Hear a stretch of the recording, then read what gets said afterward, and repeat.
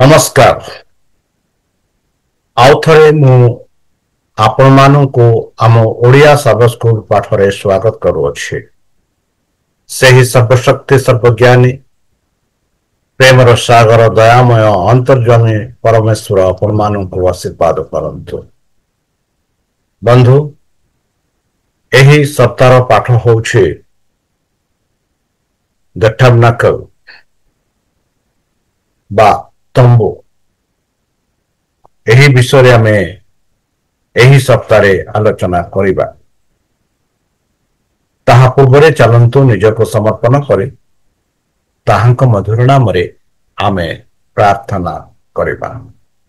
हे आंभमानक सर्वशक्ति सर्वज्ञानी Premiere सागर दयामय अंतर्जमी अनुग्रह परम पिता, धन्यवाद करुअछु वर्तमान जो समय आमानको देइअछ तुम से ही सबस्को पाठ पढ़िबा पाए आओ जेपरि कि तुम से ही सत्य तुम प्रेम तुम करुणा विषय में शिखि पारिबो एथिपाई आमानको बुद्धि रे ज्ञान रे शक्ति रे परिपूर्ण करो आ विशेष भाव रे पवित्र आत्मा द्वारा आमानको परिचालन करो।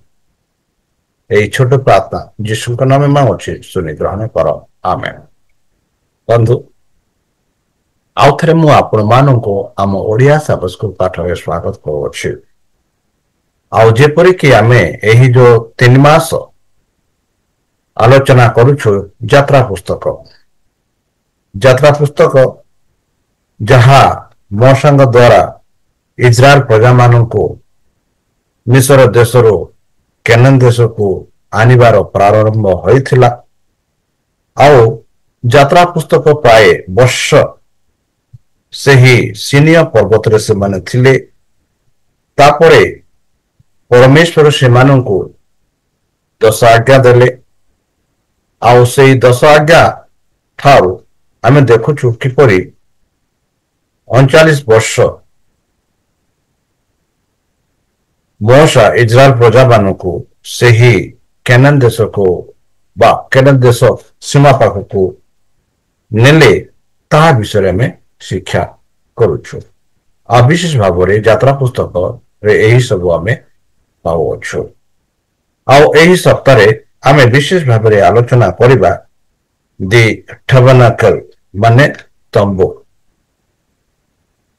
आउ एही पाठ ध्यान करबा पूर्वे चलतु आम स्वर्ण पद में देखिबा जहां निया जायछि यात्रा पुस्तक 40 34 टू 38 पर्यंत। सेठी लिखा जायछि, तापरे परमेश्वर समागम तंबू को आच्छादित कला एवं प्रभुंक महिमा पवित्र तंबू को परिपूर्ण कला। कारण समग्र इस्राएल परिवार दृष्टि गोचर रे सेमानंक समस्त यात्रा समय सदाप्रभु मेघ पवित्र तंबू उपरे थिला ओ रात्रि रे अग्नि एहा उपरे थिला। बंधु, जेबे इजराइल प्रजा माने मिस्र देशरो आरंभ कले सेही समयरू आमे देखुछु परमेश्वर सेमानंक ठारे किपरि उपस्थित थिले।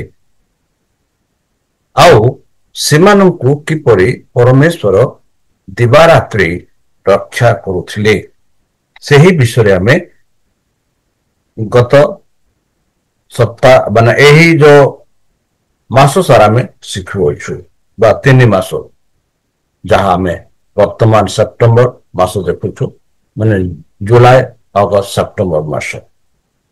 आउ एही जो सप्ताह आमे पाठ करबा को दोछु कि तंबू विषय जहां इंग्रजी रे लिखा जायछि कि दी टैबरनेकल। जदि बंधु आमे बाइबल जहां देखुछु द्वितीय विवरण 4:8 रे सेठी लिखा जायछि आमे देखुछु पुराना नियम रे एवं आज आम पाए मध्य परमेश्वर लोकों मुख्य कार्य प्रभु सहित घनिष्ठ संपर्क रही उपासना ଏବଂ ତାଙ୍କ ସେବା କରିବା ଏବଂ ଅନ୍ୟମାନଙ୍କ ନିକଟରେ ପରମେଶ୍ୱରଙ୍କ ସଠିକ ଚିତ୍ର ଉପସ୍ଥାପନା କରିବା ପାଇଁ ଆମମାନଙ୍କୁ ଦ୍ୱିତୀୟ ବିବରଣ 4:5-8 ପର୍ଯ୍ୟନ୍ତ ଅଛି।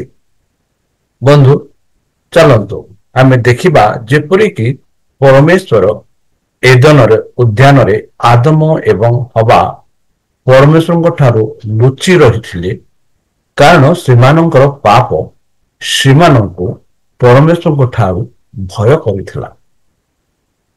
ଆଉ ପାପପୂର୍ଣ୍ଣ ମଣିଷକୁ ସ୍ୱାଭାବିକ ଭାବରେ ପରମେଶ୍ୱରଙ୍କ ଠାରୁ ଭୟଭୀତ କରାଏ ଏବଂ ଏହି ଭୟ ତାକୁ ତାଙ୍କ ଚରିତ୍ର ପ୍ରତି ଆମର ଦୃଷ୍ଟିକୋଣରୁ ବିକୃତ କରିଥାଏ।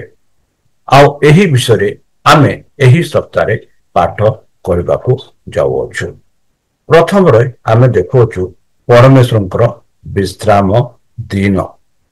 ବନ୍ଧୁ, ପରମେଶ୍ୱରଙ୍କ ବିଶ୍ରାମ ଦିନ ଆଦି ପୁସ୍ତକ 2:1-3 ପର୍ଯ୍ୟନ୍ତ ଆମେ ଦେଖୁଛୁ। ବନ୍ଧୁ, କି ପରମେଶ୍ୱର ସମସ୍ତ ଜିନିଷ ସୃଷ୍ଟି କଲା ପରେ ବା ପୃଥିବୀରେ ଯାହା ଯାହା ଆମେ ଦେଖୁଅଛୁ ତାହା ସବୁ ସେ ସୃଷ୍ଟି କଲା ପରେ ପରମେଶ୍ୱର ସପ୍ତମ ଦିନରେ ବିଶ୍ରାମ ନେଲେ। ଆଉ ସେହି ବିଷୟରେ ଆମେ ଦେଖୁଛୁ ଆଦି ପୁସ୍ତକ 2:1-3। ଆଉ ସେହିପରି ଯାତ୍ରା ପୁସ୍ତକ 22:29ରେ ଲେଖାଯାଇଛି କି ଯହୂଦୀମାନେ ସିନିୟ ପୂର୍ବରୁ ବିଶ୍ରାମ ବାର ପାଳନ କରୁଥିଲେ ବୋଲି। ମାନେ ସେମାନେ ସିନିୟ ପର୍ବତ ପାଖକୁ ଯିବା ପୂର୍ବେ ଏହି ଯୋଉ ଯହୂଦୀମାନେ ବିଶ୍ରାମ ଦିନକୁ ପାଳନ କରୁଥିଲେ। ଆଉ ଏଥିରେ କୌଣସି ପ୍ରଶ୍ନ ନାହିଁ ଯେ ବିଶ୍ରାମ ବାର ଆମର ଆରମ୍ଭରୁ ହିବ୍ରୁ ଲୋକଙ୍କ ଜୀବନରେ ଏହି ଅଂଶ ଥିଲା। ବନ୍ଧୁ, ଆମେ ଦେଖୁଛୁ କିପରି ବିଶେଷ ଭାବରେ ଦେଖୁଛୁ ଚାରିଟା ଜିନିଷ। ପ୍ରଥମ ଜିନିଷ ଦେଖୁଛୁ ଆମେ ପରମେଶ୍ୱର ହେଉଛନ୍ତି ଏକ ସୃଷ୍ଟିକର୍ତ୍ତା। ତାହା ଏକ ପ୍ରଥମ ଜିନିଷ। ଆଉ ବାଇବଲରେ ଏହି ଆଶ୍ଚର୍ଯ୍ୟଜନକ ଏବଂ ଶିଳାପ୍ରାପ୍ତର ଘୋଷଣା ଯାହା ଆମେ ଆଦି 1:1ରେ ଦେଖୁଛୁ କି ଆଦ୍ୟରେ ପରମେଶ୍ୱର ସ୍ୱର୍ଗ ଓ ପୃଥିବୀ ସୃଷ୍ଟି କଲେ ବୋଲି।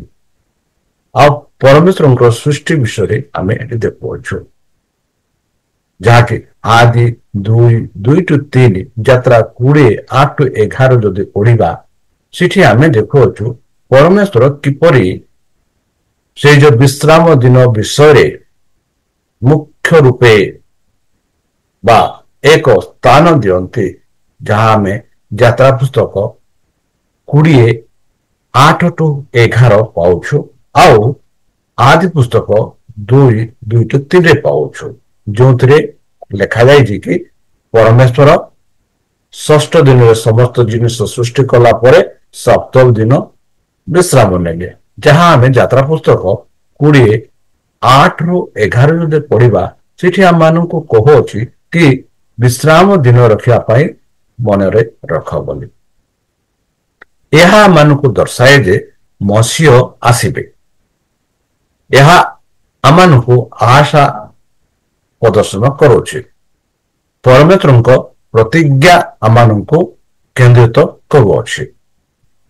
ଯେତେବେଳେ କି ଶୈତାନ ଅନେକ ରୂପରେ ସେ ଚେଷ୍ଟା କରିଥାଏ କି ଆମେମାନେ ସେହି ଆଶାକୁ ନ ଧରି ରହିବା, ସେଥିପାଇଁ ଶୈତାନ ଆମମାନଙ୍କୁ ଅନେକ ପ୍ରକାର ଚେଷ୍ଟା କରନ୍ତି।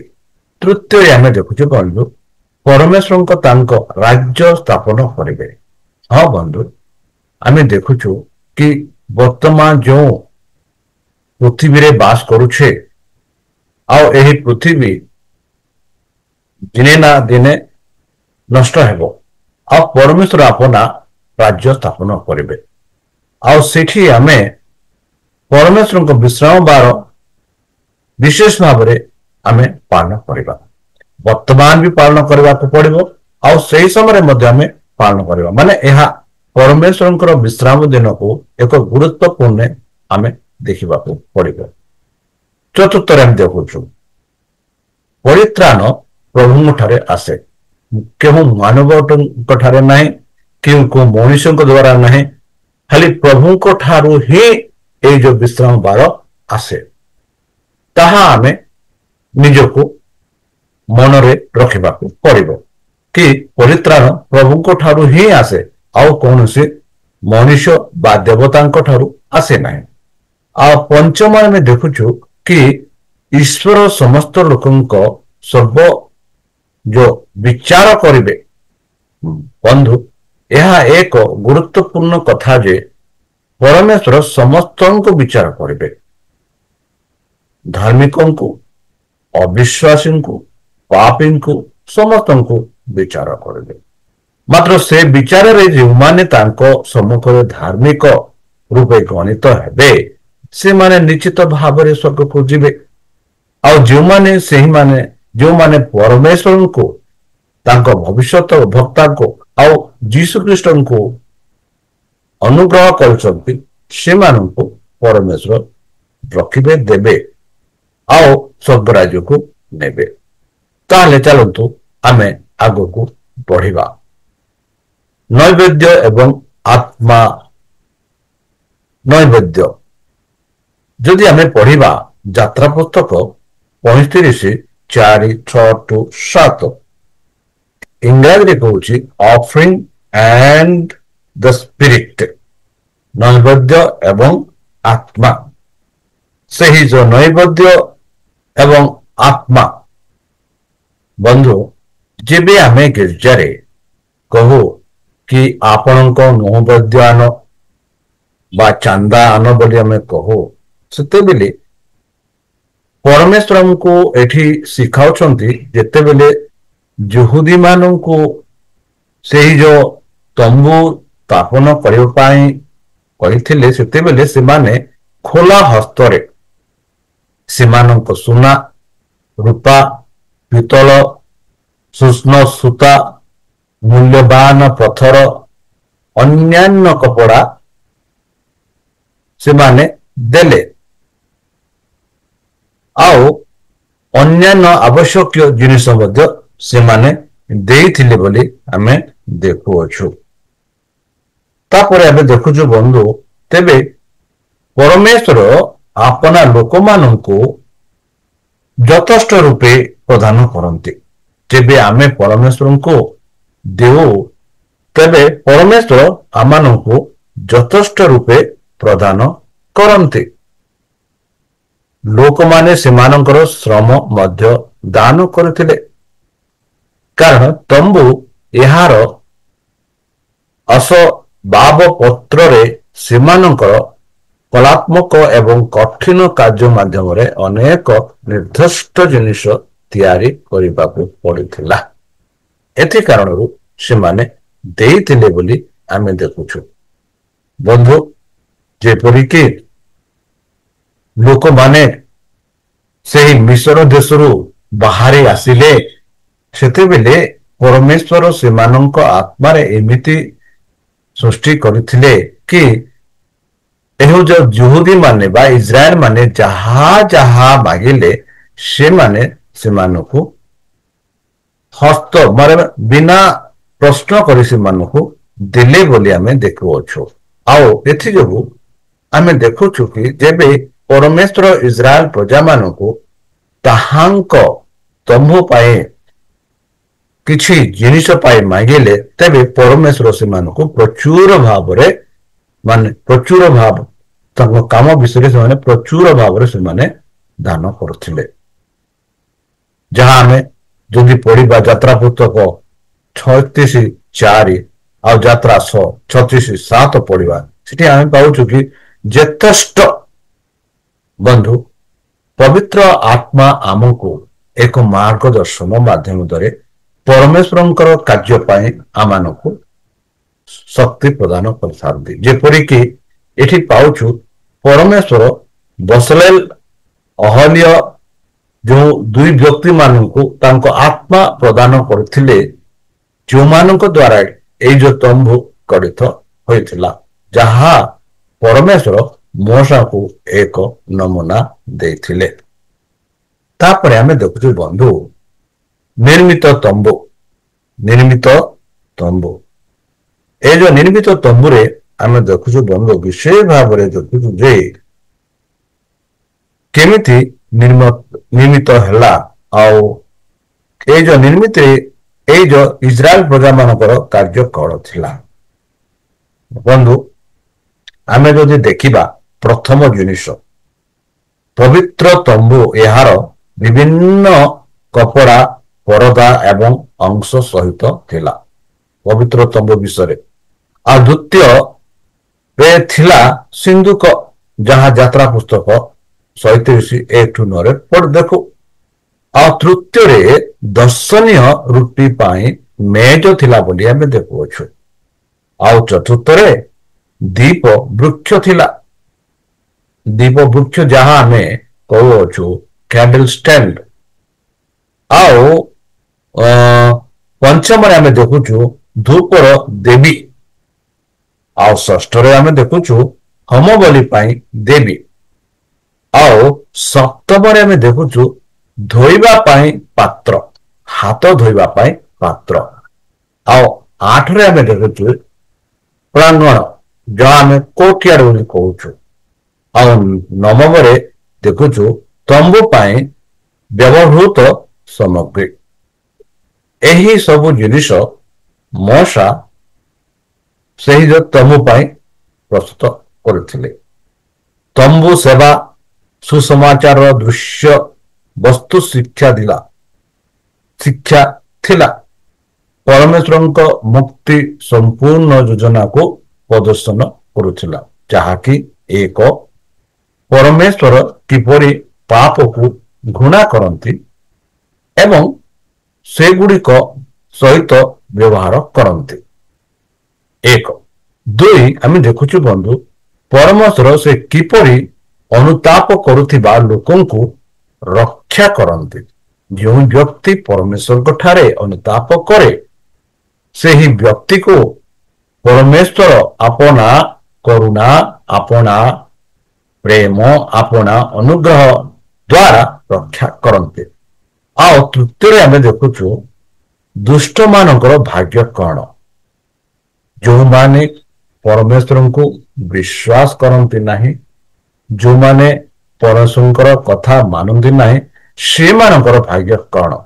ଆଉ ଶେଷରେ ଆମେ ଦେଖୁଛୁ ବନ୍ଧୁ ସେ କିପରି ଏକ ଗୌରବମୟ ଭବିଷ୍ୟତ ସୁରକ୍ଷିତ କରିବେ, ଯାହା ମନ୍ଦ ବିନା ହେବ, ମାନେ ଯାହାକି ଆମମାନଙ୍କୁ ମନ୍ଦ ଆସିପାରିବ ନାହିଁ। ଆଉ ତାହା ପାଇଁ ପରମେଶ୍ୱର ଯୋଜନା କଲେ। ବର୍ଷ ମଧ୍ୟରେ ପବିତ୍ର ସ୍ଥାନରେ ଦୁଇଟି ଭିନ୍ନ କିନ୍ତୁ ଘନିଷ୍ଠ ଭାବରେ ସମ୍ପର୍କ ସେବା କରାଯାଉଥିଲା, ଯାହା ଦୁଇଟା ଜିନିଷ, ଯାହାକି ପ୍ରତିଦିନ ଏବଂ ବାର୍ଷିକ। ପ୍ରତିଦିନ ସେମାନେ ଯାହା ବଳିଦାନ କରୁଥିଲେ ପ୍ରଭାତରେ, ସନ୍ଧ୍ୟାରେ, ଆଉ ବର୍ଷକୁ ଥରେ ସେଇ ଯୋଉ ବଳିଦାନ ଦଉଥିଲେ, ଯାହାକି ଆମେ ପ୍ରାୟଶ୍ଚିତ ଦିନ ବୋଲି କହୁ, ଯାହାକି ଇଂରାଜୀରେ କୁହେ ଦ ଡେ ଅଫ ଆଟୋନମେଣ୍ଟ। ଏହି ଦୁଇ ପାର୍ଶ୍ୱରେ ସେବା ଦର୍ଶାଏ ଯେ ଆମ ଯୋଉ ପରମେଶ୍ୱର କିପରି ଆମର ସହିତ ବ୍ୟବହାର କରନ୍ତି ଏବଂ ପାପୀମାନଙ୍କୁ ରକ୍ଷା କରନ୍ତି। ନୈବେଦ୍ୟ ପବିତ୍ର ମନ୍ଦିର ସେବା ମାଧ୍ୟମରେ ପରମେଶ୍ୱର ଅନୁତାପ କରୁଥିବା ପ୍ରତ୍ୟେକ ଲୋକଙ୍କୁ ଆଶ୍ୱାସନା ଦେଇଥାନ୍ତି ବନ୍ଧୁ, ଆଉ ସେମାନଙ୍କର ପାପ ମଧ୍ୟ ସେ କ୍ଷମା କରିଥାନ୍ତି।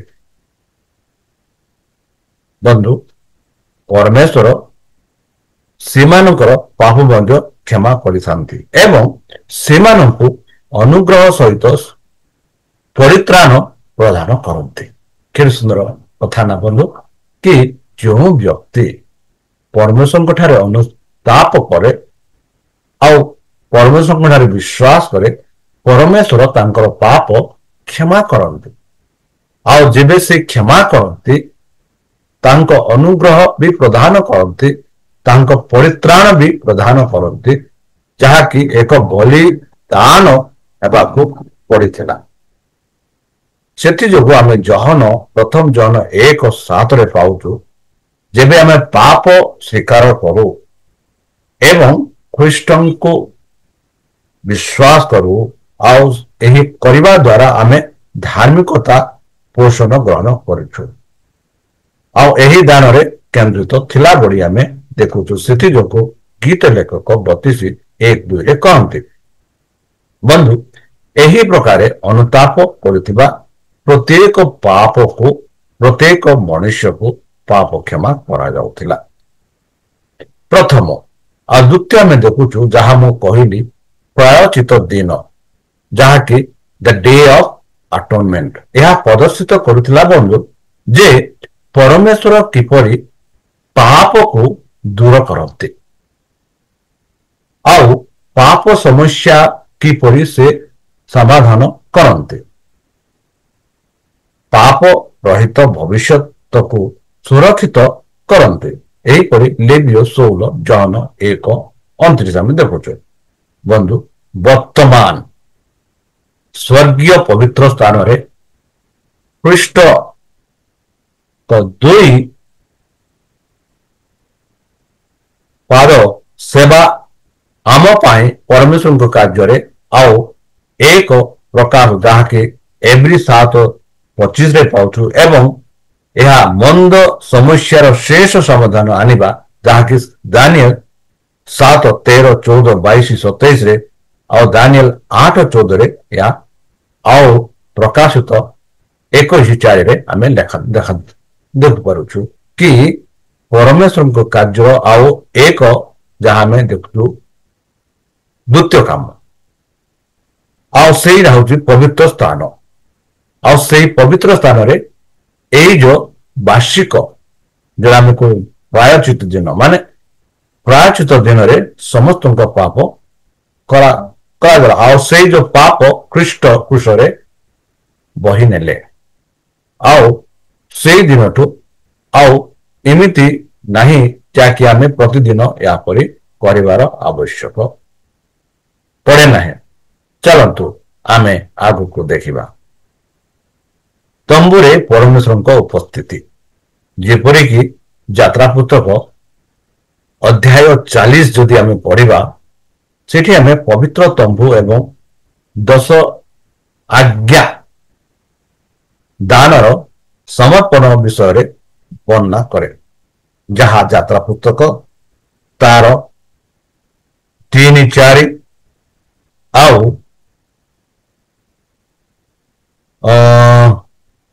ଯାତ୍ରା 40:9-13-15 ଆମେ ପାଉଅଛୁ।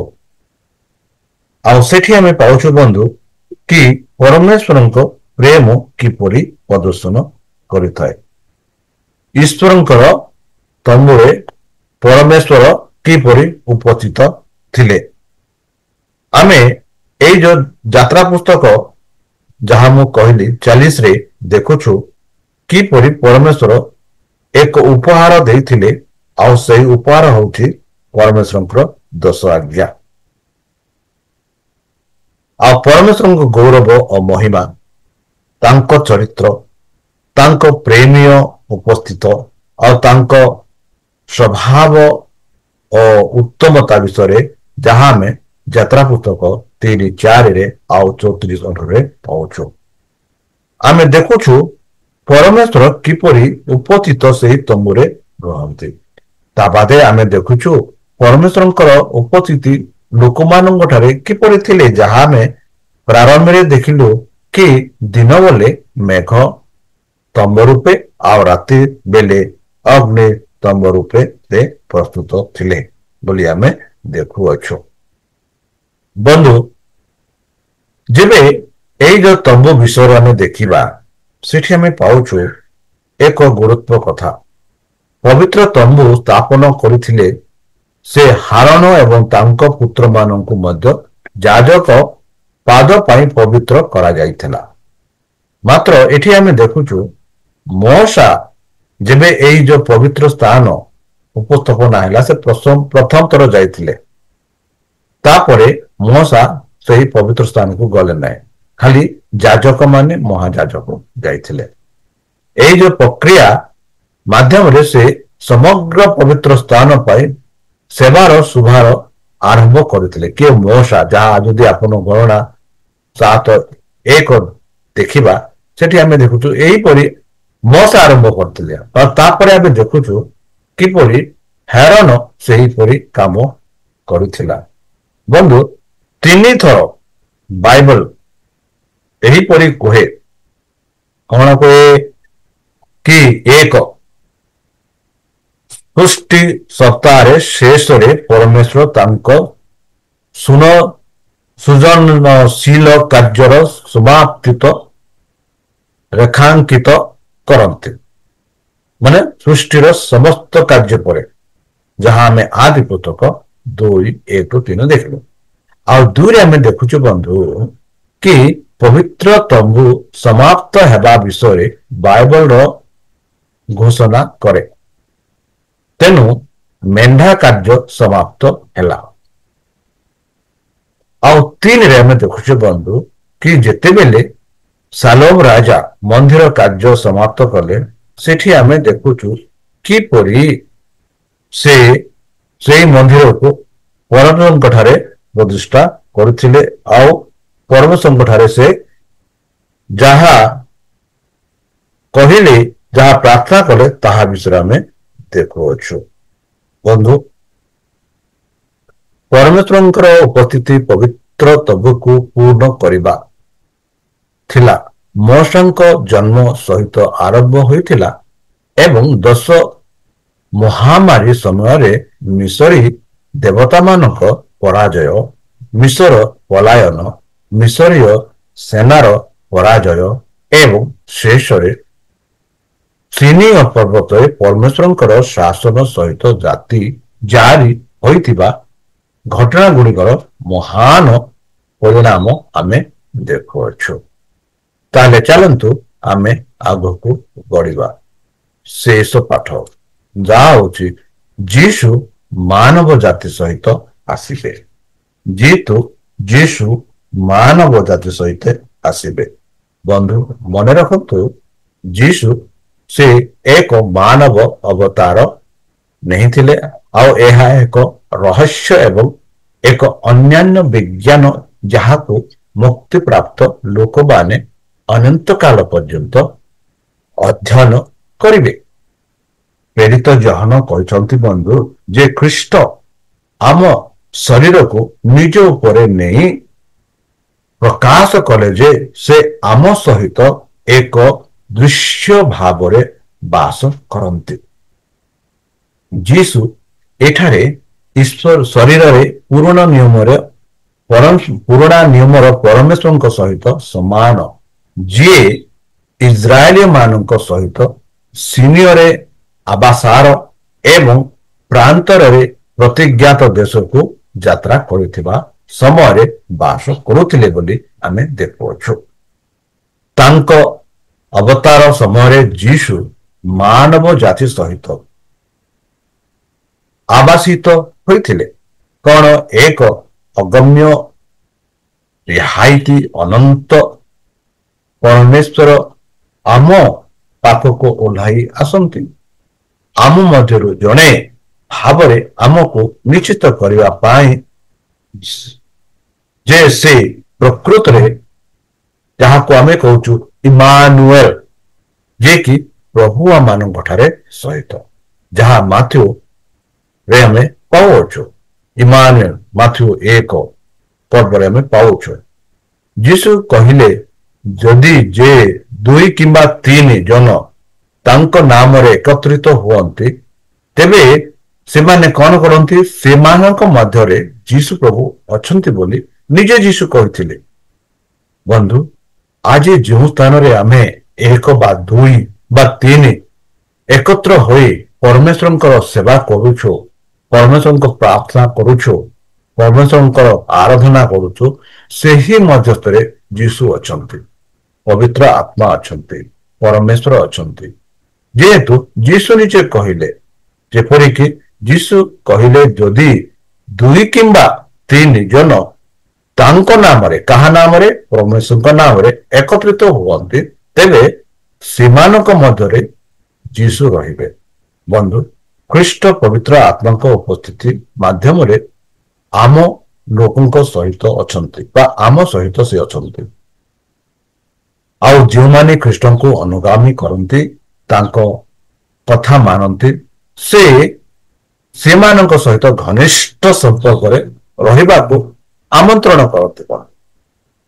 ସେ କହନ୍ତି ଦେଖ ଆମ୍ଭେ ଦ୍ୱାର ନିକଟରେ ଠିଆ ହୋଇଅଛୁ ଆଉ ଆଘାତ କରୁଛୁ, ଆଉ ଯଦି କେହି ଆମ୍ଭର ସ୍ୱର ଶୁଣି ଦ୍ୱାର ଫିଟାଇ ଦେବେ ତାହାହେଲେ ଆମ୍ଭେ ପ୍ରବେଶ କରି ତାହା ନିକଟକୁ ଯିବୁ, ପୁଣି ଆମ୍ଭେ ତାହା ସହିତ ଭୋଜନ କରିବୁ ଓ ସେ ଆମ୍ଭ ସହିତ ଭୋଜନ କରିବ। କେତେ ସୁନ୍ଦର ଭାବରେ ପ୍ରକାଶିତ 3:20 କହନ୍ତି କି ଯୀଶୁ ଖ୍ରୀଷ୍ଟ ସେ କହନ୍ତି ତୁମ ହୃଦୟ ଦ୍ୱାରରେ ମୁଁ ଛିଡ଼ା ହୋଇଅଛି ଆଉ ମୁଁ ଆଘାତ କରୁଛି, ମୁଁ ଡାକୁଛି, ଆଉ ଯେ କେହି ସେହି ହୃଦୟର ଦ୍ୱାର ଖୋଲିବ ଆଉ ସେଇ ହୃଦୟରେ ପ୍ରବେଶ କରିବା ପାଇଁ ମତେ ଅନୁମତି ଦେବ ତେବେ ମୁଁ କଣ କରିବି? ତାହାଙ୍କ ଠାରେ ରହିବି ଆଉ ତାହାଙ୍କ ଠାରେ ମୁଁ ରହି ସେମାନଙ୍କୁ ମୁଁ ସାହାଯ୍ୟ କରିବି। ସାଧାରଣ ଭାଷାରେ ଯାହା ଆମେ ଦେଖୁଅଛୁ କି ଯେ କେହି ଆମର ସ୍ୱର ଶୁଣି ଦ୍ୱାର ଖୋଲିବ ମୁଁ ପ୍ରବେଶ କରିବି, ପ୍ରବେଶ କଲା ପରେ ତାଙ୍କ ସହ ମୁଁ ଭୋଜନ କରିବି ବୋଲି କୁହାଯାଉଛି। ମାନେ ପରମେଶ୍ୱର ଆମମାନଙ୍କୁ ଏହିପରି ଆମନ୍ତ୍ରଣ ଦିଅନ୍ତି କି ମୁଁ ତୁମ ସହିତ ରହିବି, ତୁମେ କିଛି ଭୟ ହେବା ଆବଶ୍ୟକ ନାହିଁ ବୋଲି ପରମେଶ୍ୱର ନିଜେ କହୁଛନ୍ତି। ବନ୍ଧୁ, ନୂତନ ଜେରୁସାଲେମ ସ୍ୱର୍ଗରୁ ପୃଥିବୀକୁ ଓହ୍ଲାଇ ଆସିବ ବନ୍ଧୁ, ଏବଂ ଯୋହନ ଘୋଷଣା କରନ୍ତି ବନ୍ଧୁ ଦେଖ ପରମେଶ୍ୱରଙ୍କର ତମ୍ବୁ ମନୁଷ୍ୟମାନଙ୍କ ସହିତ ଅଛି। ପରମେଶ୍ୱରଙ୍କ ତମ୍ବୁ ମାନେ ପରମେଶ୍ୱରଙ୍କ ମନ୍ଦିର ବର୍ତ୍ତମାନ ମନୁଷ୍ୟଙ୍କ ମନ୍ଦିର, ମାନେ ପରମେଶ୍ୱର ହିଁ ମନ୍ଦିର, ମାନେ ସେ ଆମମାନଙ୍କ ସହିତ ରହିବେ, ସେ ଆମମାନଙ୍କ ସହିତ ବାସ କରିବେ, ଆମର ଜୀବନରେ ରହିବେ, ଆମ କଥାରେ ରହିବେ, ଆମ ବାର୍ତ୍ତାରେ ରହିବେ, ଆମ କାର୍ଯ୍ୟରେ ରହିବେ, ସମସ୍ତରେ ସେ ରହିବେ। ଆଉ ଯେବେ ସେ ନୂତନ ଜେରୁସାଲେମ ଯେବେ ଏହି ପୃଥିବୀ ନଷ୍ଟ ହୋଇଯିବ, ଯେବେ ସେଇ ନୂତନ ପୃଥିବୀ ଆସିବ ସେତେବେଳେ ଏହି ଯୋଉ ପୃଥିବୀ ହିଁ ତାଙ୍କର ବାସସ୍ଥାନ ହେବ, ଆଉ ଯେଉଁଠାରେ ଆମେ ପରମେଶ୍ୱରଙ୍କୁ ମୁଖାମୁଖି ଦେଖିବା, ପିତାଙ୍କୁ ମୁଖାମୁଖି ଦେଖିବା ଆଉ ତାଙ୍କ ସହିତ କଥା ହେବା, ଯାହା ପ୍ରକାଶିତ 21:3 ପାଉଛୁ କି ନୂତନ ଜେରୁସାଲେମରେ କୌଣସି ମନ୍ଦିର ନାହିଁ, ଯାହା ମାନେ ପରମେଶ୍ୱର ଆମ ସହିତ ରହିବେ, କାରଣ ସମଗ୍ର ସହର ମନ୍ଦିର ପରମେଶ୍ୱରଙ୍କ ପବିତ୍ର ସ୍ଥାନ, ମାନେ ସାରା ପୃଥିବୀ ପରମେଶ୍ୱରଙ୍କର ମନ୍ଦିର। ନଗର ତମ୍ବୁ ପ୍ରସ୍ତ ଏବଂ ଉଚ୍ଚତା ସମାନ ପ୍ରକାଶିତ, ମାନେ ପ୍ରକାଶିତ 21:16 କହିକି ନଗର ତମ୍ବୁ ପ୍ରସ୍ତ ଏବଂ ଉଚ୍ଚା ସମାନ ଥିବ, ଚାରିପଟେ ଗୁମ୍ପଟେ ସମାନ ଥିବ ବୋଲି ଏଠି ଲେଖାଯାଉ, ଯେପରି ପବିତ୍ର ସ୍ଥାନ ମହାପବିତ୍ର ସ୍ଥାନ ସହିତ ଥିଲା। ଯେବେ ଆମେ ଦେଖୁଛୁ ପବିତ୍ର ସ୍ଥାନ ମହାପବିତ୍ର ସ୍ଥାନ ସମାନ ରହିଲା ସେହିପରି ଥିବ ବୋଲି ଆମେ ଦେଖୁଅଛୁ।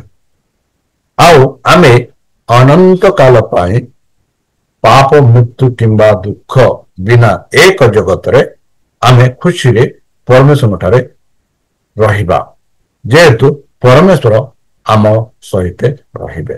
ବନ୍ଧୁ, ଏଇ ଯୋଉ ସପ୍ତାହର ପାଠ, ଏଇ ଯୋଉ 3 ମାସର ପାଠ ଆମେ ଦେଖିଲୁ ବନ୍ଧୁ କି ପରମେଶ୍ୱର ମନୁଷ୍ୟମାନଙ୍କ ଠାରେ କିପରି ବାସ କରିବେ ଆଉ ମନୁଷ୍ୟମାନେ ପରମେଶ୍ୱରଙ୍କୁ କିପରି ସ୍ୱୀକାର କରିବା ଉଚିତ ସେଇ ବିଷୟରେ ଆମେ ଭାବୁଅଛୁ। ବନ୍ଧୁ, ଏଇ ଯୋଉ 3 ମାସ ଜୁଲାଇ ଅଗଷ୍ଟ ସେପ୍ଟେମ୍ବର ଆମେ ବିଶେଷ ଭାବରେ ଯାତ୍ରା ପୁସ୍ତକ ଆମେ ସ୍ପଷ୍ଟ ରୂପରେ ଦେଖିଲୁ, ଆଉ ଏହି ସପ୍ତାହରେ ଆମେ ଦେଖୁଛୁ କି ତାଙ୍କ ତମ୍ବୁ ଦ୍ୱାରା ପରମେଶ୍ୱର ଇସ୍ରାଏଲ ପ୍ରଜାମାନଙ୍କ ସହ ମେଘ ସ୍ୱରୂପ ଆଉ ଅଗ୍ରସର ଉପରେ ରହିଲେ। ଆଉ ବର୍ତ୍ତମାନ ସେ କହନ୍ତି ସେ ଆମମାନଙ୍କ ସହିତ ରହିବେ। ଏହା ଜନସମୂହକୁ ଦେଖାଏ ନାହିଁ। ଯେଉଁଠାରେ ଗୋଟିଏ ଜଣେ 2 ଜଣ 3 ଜଣ ବସି ପ୍ରାର୍ଥନା କରିବେ, ଆରାଧନା କରିବେ, ତାଙ୍କ ନାମରେ ପ୍ରାର୍ଥନା କରିବେ, ସେ ତାଙ୍କଠାରେ ବା ସେଇ ସ୍ଥାନରେ ସେ ଉପସ୍ଥିତ ଥିବେ ବୋଲି ବାଇବଲ ଆମମାନଙ୍କୁ ଯୀଶୁ ନିଜେ ଆମମାନଙ୍କୁ କହିଛନ୍ତି। ତାହେଲେ ବନ୍ଧୁ ଚାଲନ୍ତୁ ସେହି ଯୀଶୁ ପ୍ରଭୁ ଯିଏକି ଆମମାନଙ୍କ ଠାରେ ଥିବା ପାଇଁ ଆଶ୍ୱାସନା ଦେଇଛନ୍ତି, ଆଉ ସେ ଯେ ନୂତନ ପୃଥିବୀ ଯାହା ଆସିବ ଆଉ ଏ ଯୋଉ ପୁରୁଣା ପୃଥିବୀ ଯାହା ନଷ୍ଟ ହେବ ତାହା ବିଷୟରେ ସେ କହନ୍ତି। ସେଇ ନୂତନ ଜେରୁସାଲାମ ଯେଉଁଠାରେ ଯୀଶୁ ରହନ୍ତି, ଯେଉଁଠାରେ ପିତା ରୁହନ୍ତି, ଯେଉଁଠାରେ ଆପଣ ରହନ୍ତି, ଯେଉଁଠାରେ ମୁଁ ରହେ, ଆଉ ଯେଉଁଠାରେ ଦୁଃଖ କଷ୍ଟ ବାଧା କ୍ଲେଶ କିଛି ନଥିବ, ରୋଗ ନଥିବ, ବନ୍ଧନ ନଥିବ, ମୃତ୍ୟୁ ହିଁ ନଥିବ। ଆମେ ସମସ୍ତେ ଅନନ୍ତ କାଳ ପର୍ଯ୍ୟନ୍ତ ସେଠି ବାସ କରିବା। କଣ ଆପଣମାନେ ସେହି ସ୍ୱର୍ଗରେ ବାସ କରିବା ପାଇଁ ଚାହୁଁଛନ୍ତି କି? ତାହେଲେ ଚାଲନ୍ତୁ ସେଇ ଯୀଶୁ ଖ୍ରୀଷ୍ଟଙ୍କ ଠାରେ ବିଶ୍ୱାସ କରି ତାହାଙ୍କ ମଧୁର ନାମରେ ଆମେ ପ୍ରାର୍ଥନା କରିବା। ହେ ଆମ୍ଭମାନଙ୍କ ସ୍ୱର୍ଗସ୍ଥ ପିତା, ଧନ୍ୟବାଦ କରୁଅଛୁ ବର୍ତ୍ତମାନ ଯେଉଁ ସବସ୍କୁ ପାଠ ମାଧ୍ୟମ ଦ୍ୱାରା ତୁମ ବିଷୟରେ ଶିକ୍ଷା କଲୁ, ଯେପରିକି ଏହି ଶିକ୍ଷା ଦ୍ୱାରା ଆମେ ଆମ ବିଶ୍ୱାସକୁ ଏକ ଦୃଢ଼ ରୂପେ ରଖିପାରିବୁ, ଦୃଢ଼ ରୂପେ ଆମେ ଚାଲିପାରିବୁ। ଏଥିପାଇଁ ଆମମାନଙ୍କୁ ସେହି ପବିତ୍ର ଆତ୍ମାଙ୍କ ସାହାଯ୍ୟ ଆବଶ୍ୟକ ପଡୁଛି। ଆଉ ଏଥିପାଇଁ ସେହି ପବିତ୍ର ଆତ୍ମା ଦ୍ୱାରା ଆମମାନଙ୍କୁ ପରିଚାଳନା କର, ଶକ୍ତି ପ୍ରଦାନ କର, ଜ୍ଞାନ ପ୍ରଦାନ କର, ଯେପରିକି ତୁମ ସେହି କଥା ଅନୁସାରେ ଆମେ ଚାଲିପାରିବୁ ଆଉ ନିଜକୁ ପ୍ରସ୍ତୁତ କରିପାରିବୁ। ଏହି ଛୋଟ ପ୍ରାର୍ଥନା ଯୀଶୁଙ୍କ ନାମେ ମାଗୁଅଛି, ଶୁଣି ଗ୍ରହଣ କର। ଆମେନ୍। ପ୍ରଭୁ ଆପଣମାନଙ୍କୁ ଆଶୀର୍ବାଦ କରନ୍ତୁ।